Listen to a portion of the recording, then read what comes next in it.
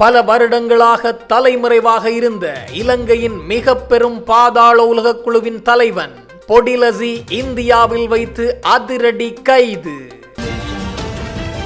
உயிர்த்த ஞாயிறு குண்டு தாக்குதல் விசாரணைகளை தடுக்க முயற்சிக்கும் ராஜபக்சக்கள் தரப்பு.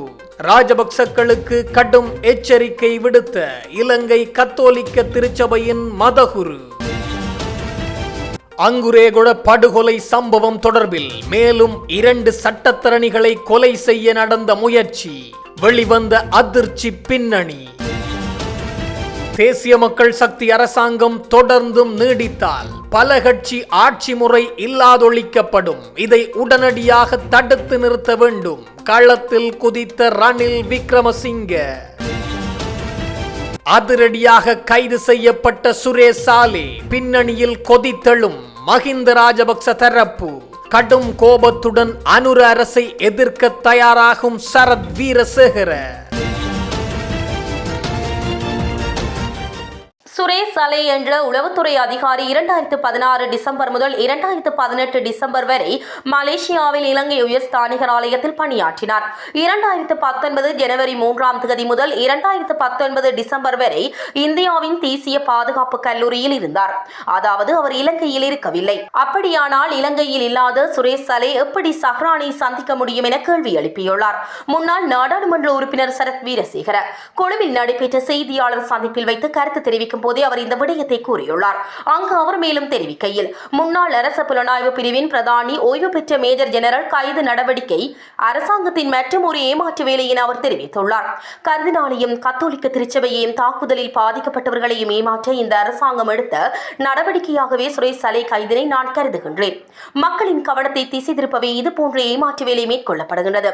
சுரேஷ் சாலே கைது செய்யப்பட்டதற்கான காரணம் தங்களுக்கு தெரியாது என்று காவல்துறையினர் கூறுகின்றனர். ஒரு காரணம் இருக்கின்றது.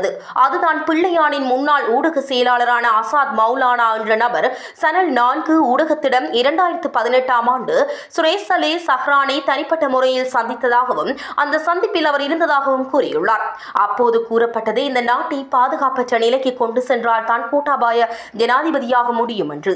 நாம் அறிந்திருப்பது போல சனல் 4 என்பது இராணுவத்திற்கு எதிரான பொய்யான குற்றச்சாட்டுகளை முழுமையாக முன்வைக்கும் ஊடகம். அதனால் தான் சுரேஷ் சாலேவை கைது செய்திருக்கலாம் என்று சிலர் கருதுகின்றனர். இந்தியாவில் இருந்த சுரேஷ் சாலே சஹ்ரானை சந்திக்க இலங்கைக்கு இரகசியமாக படகில் வந்து சென்றாரா என்ற கேள்வி எழுகின்றது. அப்படிப்பட்ட உளவு அளவிலான நபர்கள் இலங்கையில் இருப்பதாக யாரும் நம்ப மாட்டார்கள் என்று தெரிகின்றது என குறிப்பிட்டுள்ளார். நாட்டிற்கு அழைத்து வரப்பட்ட போதைப் பொருள் கடத்தல்காரரும் திட்டமிட்ட குற்றவாளியுமான பொடிலெசி பலத்த பாதுகாப்புக்கு மத்தியில் விமான நிலையத்திலிருந்து காலி குற்றப்புலனாய்வு பிரிவுக்கு அழைத்து செல்லப்பட்டுள்ளார். இந்தியாவில் வைத்து கைது செய்யப்பட்ட பொடிலெசி என்ற ஜனித் மதுசங்க இன்று அதிகாலை நாட்டுக்கு அழைத்து வரப்பட்டுள்ளார். மும்பையிலிருந்து இன்று அதிகாலை 5:56 மணிக்கு வந்த ஸ்ரீலங்கன் விமான சேவைகளுக்கு சொந்தமான ஜூல் எல் 142 என்ற விமானத்தில் அவர் கட்டுநாயக்க விமான நிலையத்தினூடாக நாட்டிற்குள் அழைத்து வரப்பட்டிருந்தார். நீதிமன்றில் பிணை வழங்கப்பட்டதன் பின்னர் தலைமறைவாகியிருந்த பாரிய அளவிலான போதைப் பொருள் கடத்தல்காரரும் ஒழுங்கமைக்கப்பட்ட குற்றவாளியுமான ஜெனித் மதுசங்க எனப்படும் பொடிலெசி 2024ஆம் ஆண்டு பிணையில் விடுவிக்கப்பட்டதும் இந்தியாவுக்கு தப்பி சென்றிருந்தார். பல கட்சி ஆட்சி முறையை இலங்கையில் இருந்து அழிப்பதற்கு நடவடிக்கைகள் எடுக்கப்பட்டுள்ளன என்று ஐக்கிய தேசிய கட்சியின் தலைவரும் முன்னாள் ஜனாதிபதியுமான ரணில் விக்ரமசிங்க குற்றம் சாட்டினார். தேசிய மக்கள் சக்தி அரசின் செயற்பாடுகள் தொடர்பில் எதிர்க்கட்சிகள் இணைந்து நேற்று முன்தினம் கூட்டு கலந்துரையாடலை நடத்தியிருந்தன. இதன்போதே பல கட்சி ஆட்சி முறைக்கு இலங்கையில் ஆபத்து ஏற்பட்டுள்ளது. ஜனநாயகத்தை நிலைநிறுத்த கடுமையாக போராட வேண்டும் என்று ரணில் குறிப்பிட்டார். அவர் மேலும் தெரிவித்ததாவது, நாட்டின் ஜனநாயக தத்துவங்களுக்கு ஒவ்வொரு நாளும் அச்சுறுத்தல் ஏற்படுகின்றது. வரலாற்றில் இதுவரை இல்லாத வகையில் மகா சங்கத்தினர் அவமதிக்கப்படுகின்றனர். போலியான குற்றச்சாட்டுகள் மூலம் எதிர்க்கட்சிகளை அடக்கி ஒடுக்கும் செயற்பாடுகளும் இடம்பெறுகின்றன. இத்தகைய செயற்பாடுகளை நாம் தீர்க்கமாக எதிர்க்க வேண்டும். நாட்டின் உறுதித்தன்மையை பாதுகாக்கவும் தேசிய பாதுகாப்பை மேம்படுத்தவும் எதிர்க்கட்சிகள் மேற்கொள்ளும் அனைத்து நடவடிக்கைகளையும் ஐக்கிய தேசிய கட்சி ஆதரிக்கும் என்றார். முந்தைய கோட்டாபாய ராஜபக்ஷ மற்றும் ரணில் விக்ரமசிங்கே அரசாங்கங்களின் கீழ் நடத்தப்படாத ஈஸ்டர் படுகொலைகள் தொடர்பான விசாரணைகள் தற்போதைய அரசாங்கத்தின் கீழ் ஒழுங்கான மற்றும் சுயாதீனமான முறையில் நடத்தப்பட்டு வருவதாக மறைமாவட்ட ஊடக பேச்சாளர் அருட்தந்தை சிறில் காமினி தெரிவித்துள்ளார்.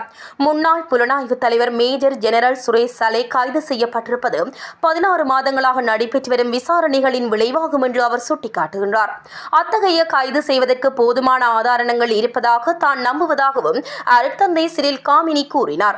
ஈஸ்டர் தாக்குதல்களுடன் தொடர்புடையது குறித்த மேலதிக விசாரணைக்காக தான் கைது செய்யப்பட்டுள்ளதாகவும் தற்போது சந்தேக நபராக உள்ள சலே குற்றவாளியா என்பது நீதிமன்றத்தின் முன் முடிவு செய்யப்படும் என்றும் அவர் கூறினார். எனவே யாரும் பீதியடைந்து ஊடகங்களில் அறிக்கைகளை வெளியிடவோ அல்லது சமூக ஊடகங்களில் அவமதிப்புகளை எழுதவோ தேவையில்லை என்று பாதிரியார் சிறில் காமினி வலியுறுத்துகிறார். அந்த அறிக்கைகள் தாக்குதலுக்கு பின்னால் யாராவது இருந்தார்களா? அப்படியானால் அது யார் என்பதையும் வெளிப்படுத்தும் என்றும் அந்த விசாரணைகளை தடுப்பது ஈஸ்டர் தாக்குதலில் பாதிக்கப்பட்டவர்களுக்கு எதிரான குற்றமாகும் என்றும் அவர் சுட்டிக்காட்டியுள்ளார். அக்குரேகுடவில் படுகொலை செய்யப்பட்ட சட்டத்தரணி புத்திக மல்லவராட்சியின் 2 கனிஷ்ட சட்டத்தரணிகள் பாதிக்கப்பட்டவர்கள் மற்றும் சாட்சிகள் பாதுகாப்பு அதிகார சபையில் முறைப்பாடொன்று பதிவு செய்துள்ளனர். அதில் கரந்தேனிய சுத்தாவிடமிருந்து தங்களுக்கு உயிர் அச்சுறுத்தல்கள் உள்ளதாகவும் பாதுகாப்பு கூறுவதாகவும் அவர்கள் தெரிவித்துள்ளனர். கொலை செய்யப்பட்ட சட்டத்தரணியின் அறிவுறுத்தலின் பேரில் இந்த 2 சட்டத்தரணிகளும் பல்வேறு குற்றவாளிகளுக்காக முன்னிலையாகியுள்ளதாக கூறப்படுகின்றது. கரந்தேனிய சுத்தவின் போட்டியாளரான பாதாள உலக தலைவரான லொக்குப்பெட்டி சார்பாக வழக்குகளுக்காக முன்னிலையானதற்காக சட்டத்தரணி புத்திக மல்லவராட்சியும் அவரது மனைவியும் கொலை செய்யப்பட்டதாக காவல்துறை விசாரணையில் தெரியவந்துள்ளது. இந்த கொலை ஒப்பந்தத்தை கரந்தேனிய சுத்தா நடத்தி வந்ததாக கூறப்படுகின்றது. மேலும் சுத்தாவின் வழக்குகள் பற்றிய பல தகவல்கள் அவரது மனைவிக்கும் தெரிந்திருந்ததால் அவரும் கொலை செய்யப்பட்டிருக்கலாம் என காவல்துறை சந்தேகம் வெளியிட்டுள்ளது. இந்த நிலையில் கொலை செய்யப்பட்ட சட்டத்தரணியின் 2 கனிஷ்ட சட்டத்தரணிகளுக்கும் பாதுகாப்பு வழங்கப்பட்டுள்ளதாக காவல்துறை வட்டாரங்கள் தெரிவிக்கின்றன. அக்குரேகுட சட்டத்தரணி மற்றும் அவரது மனைவி படுகொலை செய்யப்பட்ட சம்பவத்துடன் தொடர்புடைய பிரதான துப்பாக்கிதாரிக்கு மொனராகலையில் தங்குமிட வசதி செய்து கொடுத்த மற்றொரு சந்தேக நபரும் நேற்று வியாழக்கிழமை கைது செய்யப்பட்டுள்ளார். இதேவேளை படுகொலை செய்யப்பட்ட சம்பவத்துடன் தொடர்புடைய பிரதான துப்பாக்கிதாரி போலீஸ் விசாரணைகளின் போது பல அதிர்ச்சியூட்டும் தகவல்களை வெளியிட்டுள்ளார். மேற்கு தெற்கு குற்றத்தடுப்பு பிரிவினரால் 72 மணி நேர தடுப்பு காவலில் விசாரணைக்கு உட்படுத்தப்பட்டுள்ள பிரதான துப்பாக்கிதாரி தான் முன்னதாக 2 வழக்குகளுக்காக உயிரிழந்த சட்டத்தரணி புத்திகவிடம் முன்னிலையாகி இருந்ததாக தெரிவித்துள்ளார். சம்பவ இடத்திற்கு சென்றபோது புத்திக எனது 2 வழக்குகளில் முன்னிலையாகியவர், அவர் என்னை அடையாளம் கண்டுவிடுவார் என தனது கூட்டாளியிடம் கூறிவிட்டு காரை ஒருபுறமாக நிறுத்திவிட்டு சட்டத்தரணிக்கு மிக அருகில் சென்று துப்பாக்கி பிரயோகம் செய்ததாக அவர் ஒப்புக்கொண்டுள்ளார்.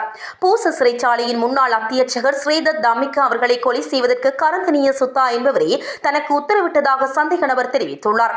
இதன்போது லலா என்பவருடன் இணைந்து சென்ற தான் சிறைச்சாலை அதிகாரி மீது 2 தடவைகள் துப்பாக்கி பிரயோகம் செய்ததாகவும் தென் மாகாணத்தில் இடம்பெற்ற முப்பரிமாண கொலையொன்றிலும் தனக்கு பங்குள்ளதாகவும் அவர் வாக்குமூலம் அளித்துள்ளார். கொலைகளுக்கு பின்னர் துப்பாக்கிதாரிக்கு மொனராகலை மெதகம நன்னபுராவ பகுதியில் உள்ள தனது வீட்டில் அடைக்கலம் கொடுத்த குற்றச்சாட்டில் இன்று மாலை ஒருவர் கைது செய்யப்பட்டுள்ளார். மொனராகலை போலீசாரால் கைது செய்யப்பட்ட இவர் மேலதிக விசாரணைக்காக மேல் மாகாண குற்றத்தடுப்பு பிரிவிடம் ஒப்படைக்கப்படவுள்ளார். கொலைக்கு முன்னர் பன்னிப்பட்டிய பகுதியில் உள்ள தங்குமிடம் ஒன்றிற்கு ஏற்கனவே கைதான யானுக்க என்பவரால் இந்த துப்பாக்கிதாரி அழைத்து வரப்படும் சிசிடிவி காட்சிகள் போலீசாருக்கு கிடைத்துள்ளன. இது விசாரணையில் மிக முக்கிய ஆதாரமாக பார்க்கப்படுகின்றது.